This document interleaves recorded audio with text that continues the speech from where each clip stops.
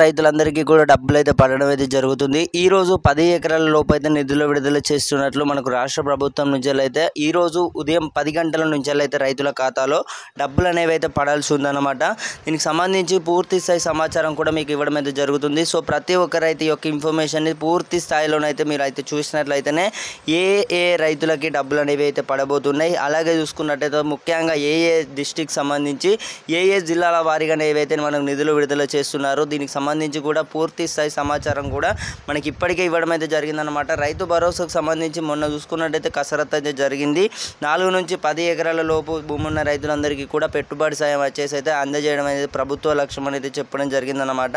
ఒక పక్క చూసుకున్నట్టయితే రైతన్నలు అయితే చాలా ఎదురు చూపులు అయితే చూస్తున్నారు. మరో పక్క చూసుకున్నట్టయితే ఈ రోజు నుంచి వెళ్ళి 4-5 ఎకరాల లోపు దాదాపు రైతులందరికీ కూడా ప్రభుత్వం నుంచి వెళ్ళి పంట పెట్టుబడి సాయం అందజేయడానికి అయితే అన్ని రంగాల్లో కూడా కృషి చేస్తున్నట్లు సమాచారం.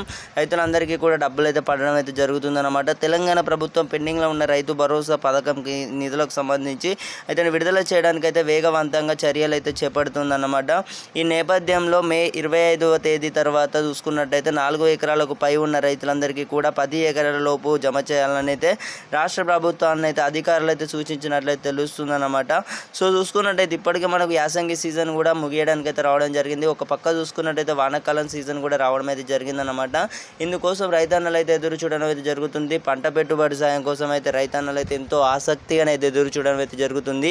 ఈ నేపథ్యంలో రైతుల అకౌంట్లోకి అయితే ఈ రోజు నుంచి వెళ్ళి చూసుకున్నట్టయితే 4-5 ఎకరాల లోపు ఏ రైతులకు అనేది పడుతున్నాయి అనేది చూసుకున్నట్టయితే ఎవరైతే ఏవైతే ఉంటాయో ఈ పత్రాలు అనేవి ఎవరైతే దీనికి ధృవీకరణ చేసుకొని ఉంటారో అంటే పాస్బుక్ ఏదైతే ఉందో మొబైల్ నెంబర్తో లింక్ చేసుకుంటారో వారి బ్యాంక్ అకౌంట్లో వచ్చేసి అయితే రిజిస్టర్ అయిన ఏదైతే పట్టా పాస్బుక్ ఉంటుందో భూమికి సంబంధించి ఆరికైతే డబ్బులు అనేవి అయితే పడడం అయితే జరుగుతుందన్నమాట. త్వరలో చూసుకున్నట్టయితే త్వరగా అంటే త్వరగానే ఇక ఏవైతే 10 ఎకరాలు కానివ్వచ్చు 8, 9 ఇలా ఎవరైతే ఉన్నారో వీరికి సంబంధించి చూసుకున్నట్టయితే ఈ నెలాఖరులోపు చివరిలోపు అయితే డబ్బులు అనేవి అయితే పూర్తి స్థాయిలోనైతే మనకు ఎత్తామని చెప్పడం జరిగిందనమాట.